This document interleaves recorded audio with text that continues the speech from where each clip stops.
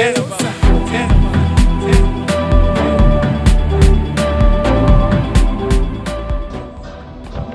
that was quick. What's up, guys? Hope you had an awesome Easter weekend, and while you're still having one, I know a lot of people are still kind of enjoying the last bits of the ichole, the pickled eggs, the pickled fish, so long as away.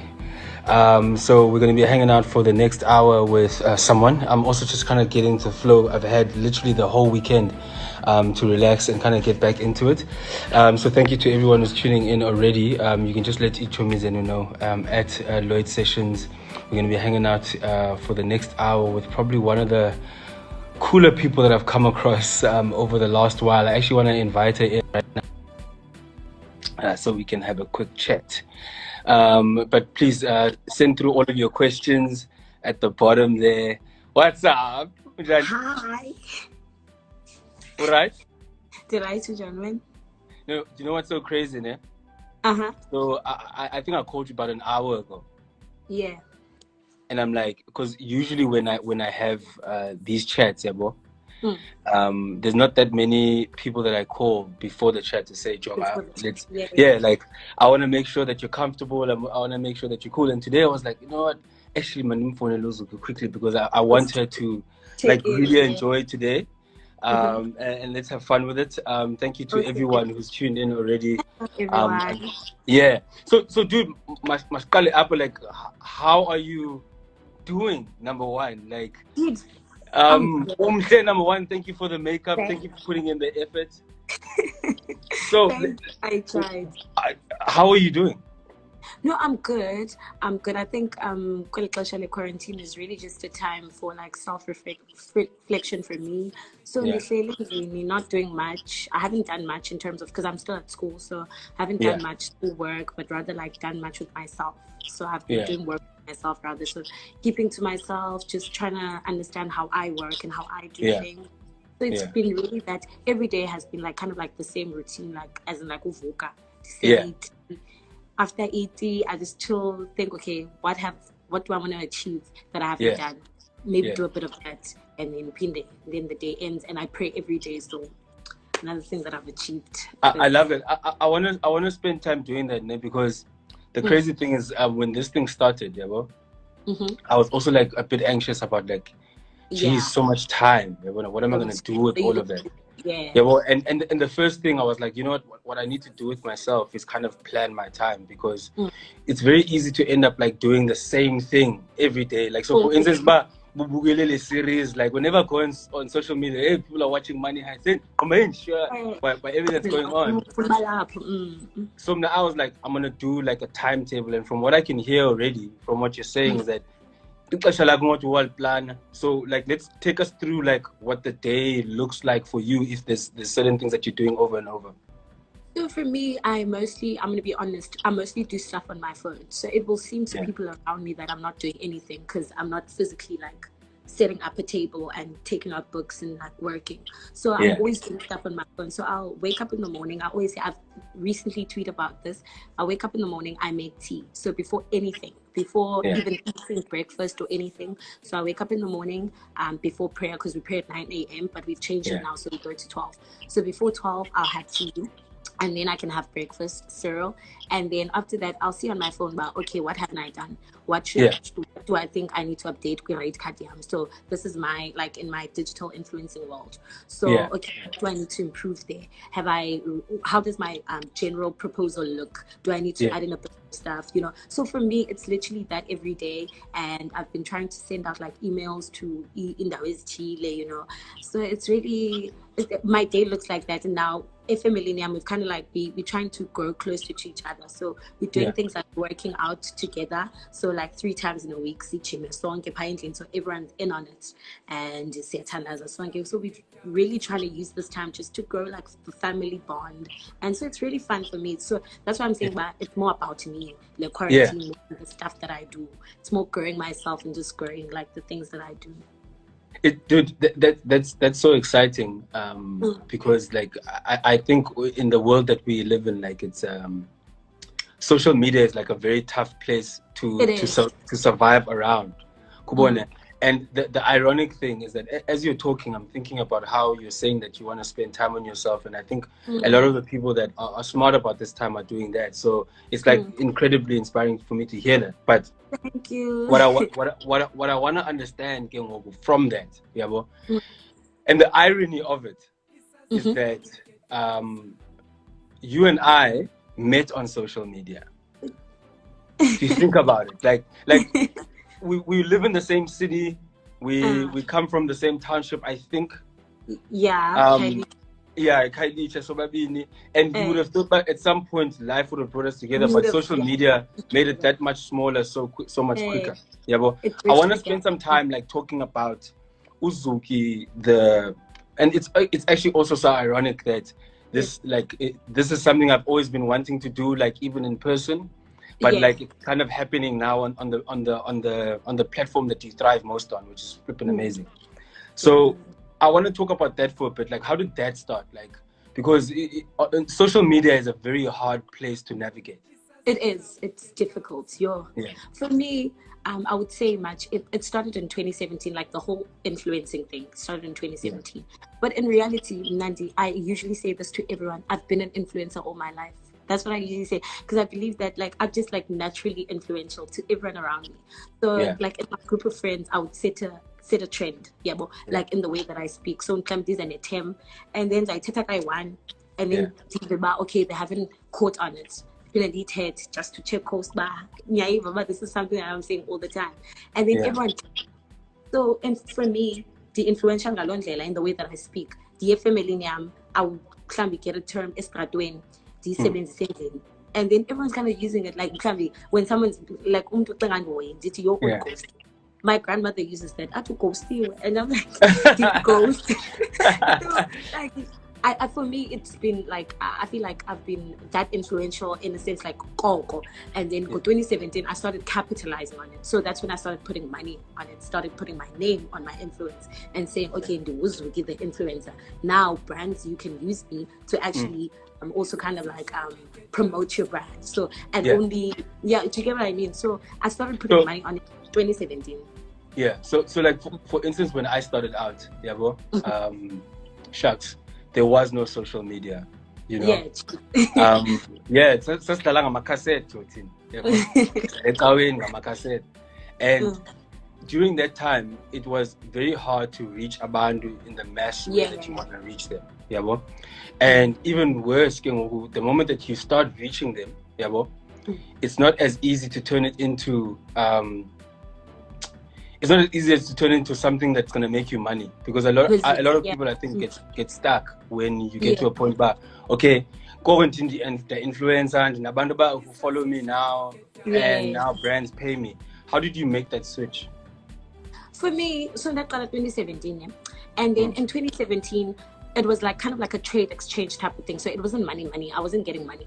So I'm going to talk about the first brand that approached me. So they approached me like, okay, I want you to model my hair. I'm not going to give you necessarily money, but I'm going to give you hair. So it's trade exchange, and you're going to be giving me your social media presence. So I'm like, okay, well, this sounds like something that I could work with, and then started like that. And then after a while, I'm like, okay, for it's okay to do work for free. It's okay, because it's also as much as it might compromise you, but it's also growing you. You're gonna be out there. You're gonna be known. You get what I mean? So I was like, let me do this. Let me do these trade exchange deals and see where it will get me. And then there will be a brand that will monetize and that. And then when brands, and then after that, brands didn't know that I'm not getting paid for Ezindizenzai. And then brands come to me, they're like, I'm proposing this kind of cash, and I'm like, oh, I've never been paid before, but I'm not telling them. So I'm like, oh, okay, cool. That's when so everything kind of like happened. So 2017, I can't remember a time in 2017 where I was paid by a brand, but I was doing like small campaigns like promo that paid me, but not like brand collaborations.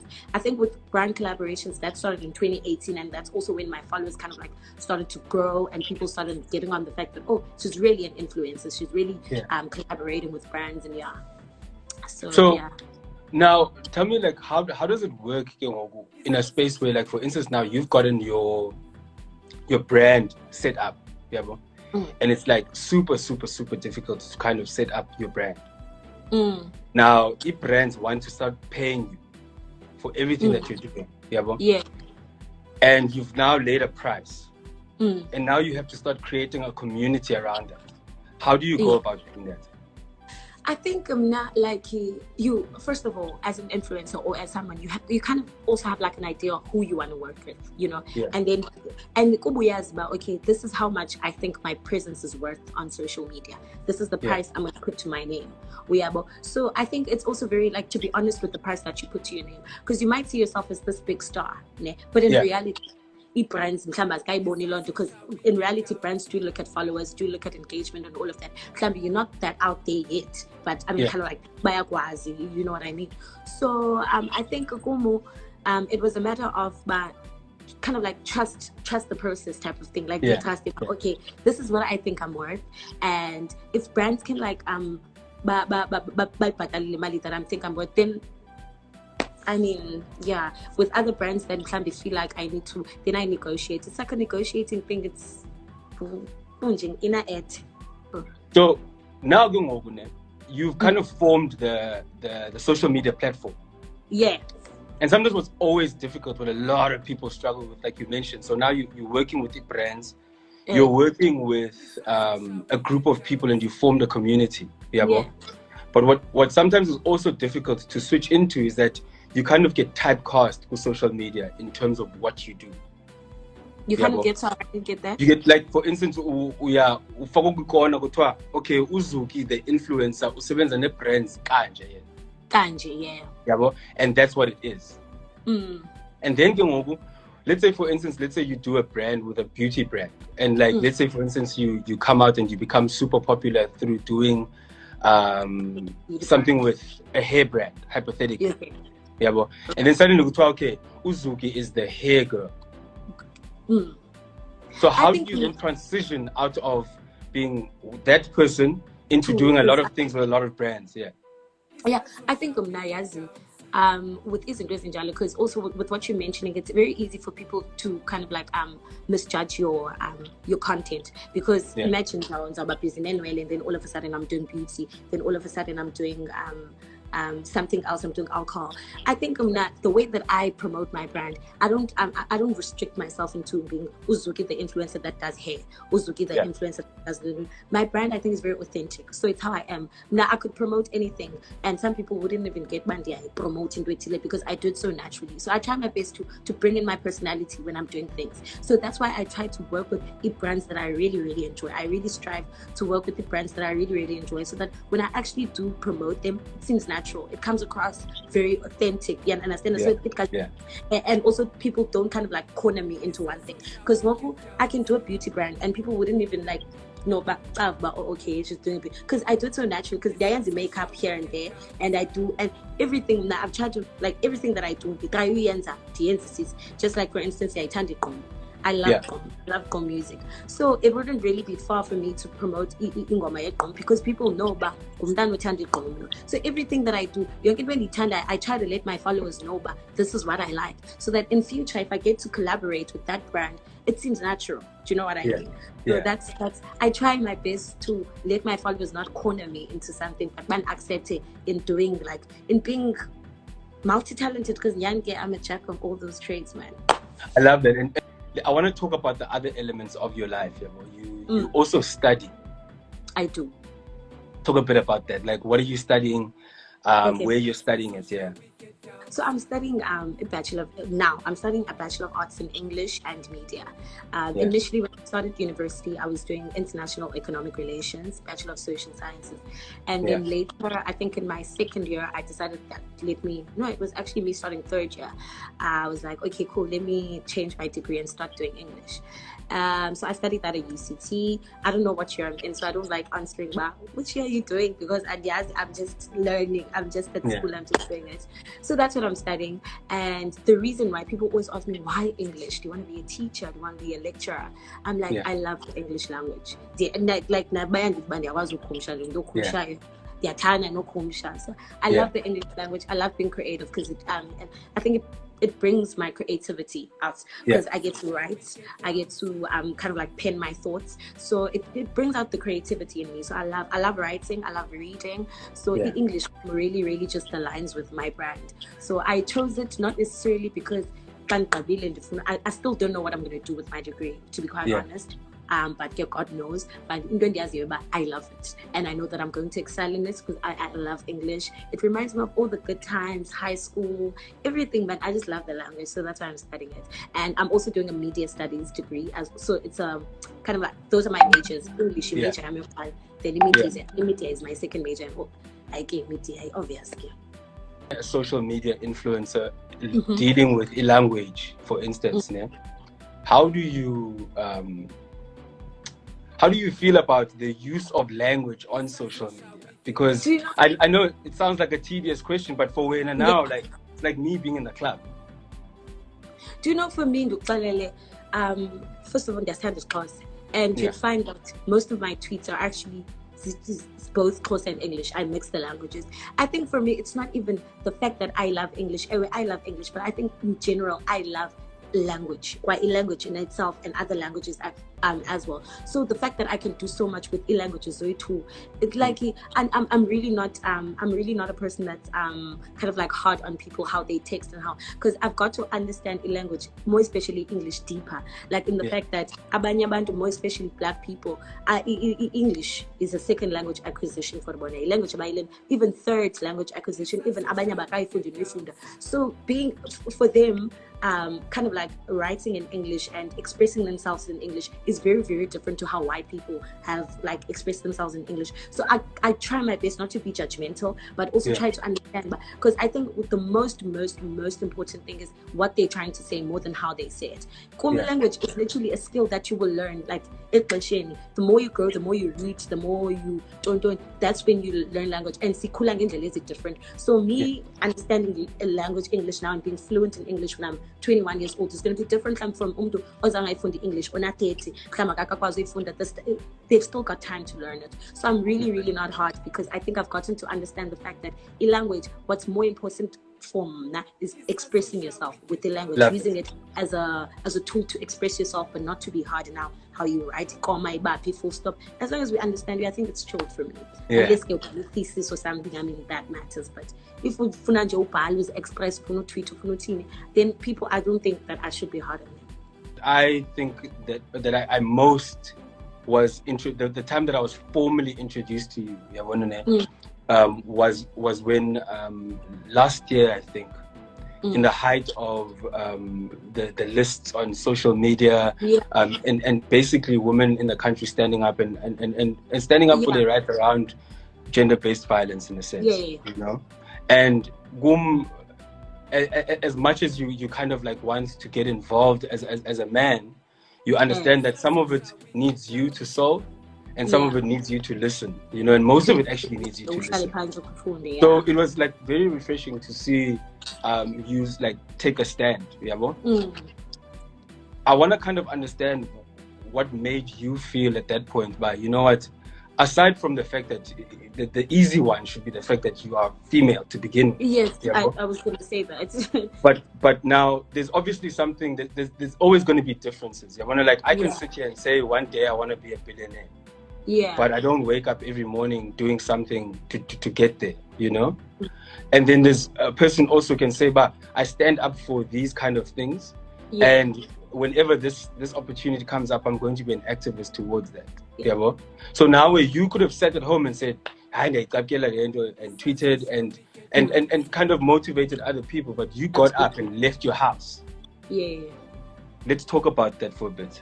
So I'm now, besides the point that you mentioned, the fact that I'm a woman, so I mean, it really doesn't give me a choice as a woman to sit and be quiet, you know. I mean, as a woman, I think more than being expected by people, expecting myself to bring about social change, and everywhere where there's a cause that's trying to bring social change. I mean, as a woman, it's like I kind of like expect myself to be there, to be at the forefront and be like, I am standing for bringing social change. And also, I think another thing for me that I thought about the influencing element, but in reality, realistically, I'm a person only followers is ingaka.